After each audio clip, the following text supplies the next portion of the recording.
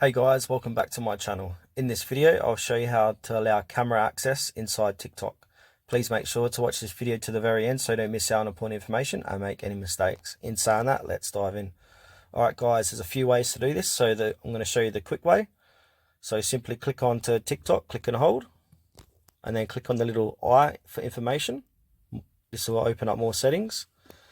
And then from here, where it says permissions, under allowed, I've already got camera allowed, but if it's not allowed, I'll show you what that looks like. So under not allowed, click into camera, click on either allow while using the app or ask every time. I'm going to click on allow only while using the app, go back, and as you can see, the camera is allowed inside TikTok under app permissions. And now I'll show you the second way to do it. So head back to your main screen like so. Now you want to click into settings. Alright, inside settings now, then scroll down and look for apps. And now you can either search for TikTok by scrolling down or use the search bar. So I'm going to type in TikTok, click into TikTok, and then click back into permissions under notifications. And then from here, under not allowed, you'll see camera.